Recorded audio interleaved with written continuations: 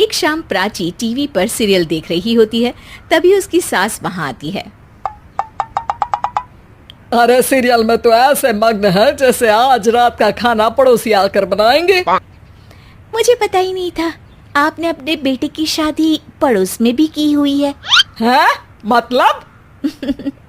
मतलब इस घर में सारा काम बहू ही करती है, आप तो सिर्फ खर्राटे मारती हैं। अच्छा जी, फिलहाल तो तुम आराम फरमा रही हो, चलो जाओ, ये मेरे टीवी देखने का समय है। आहा, इसीलिए मुझे भगाया जा रहा है। सॉरी, अब तो बिल्कुल नहीं जाऊंगी। प्राची की इस बात पर दोनों सास बहू के बीच टीवी रिमोट के पीछे बच्चों जैसे छीना झपटी शुरू हो जाती है, जिसके बीच श्लोक भी काम से घर वापस आ जाता है।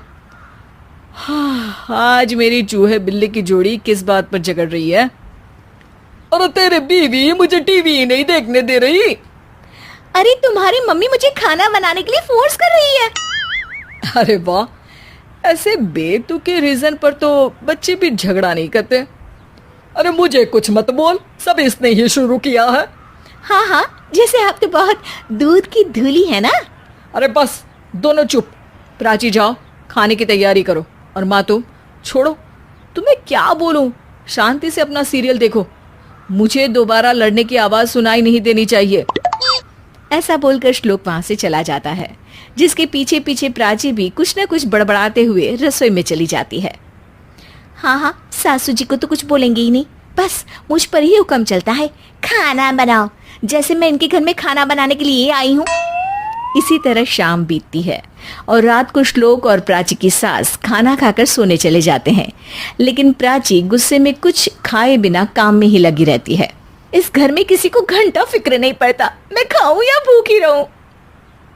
प्राची कुछ देर के लिए रसोई से बाहर जाती है और जैसे ही वापस आती है तो वहां दूध का भरा ग्लास देखकर हैरान रह जाती है। फिक्र पूरी है, बस दिखाना नहीं है। प्राची दूध पीकर सोने चली जाती है और अगली सुबह एक बार फिर सास बहू का कार्टून नेटवर्क स्टार्ट हो जाता है। ये तुमने ही किया है। अरे अजीब जबरदस्ती है, मैं बोल रही हूँ मैंने कुछ नहीं किया।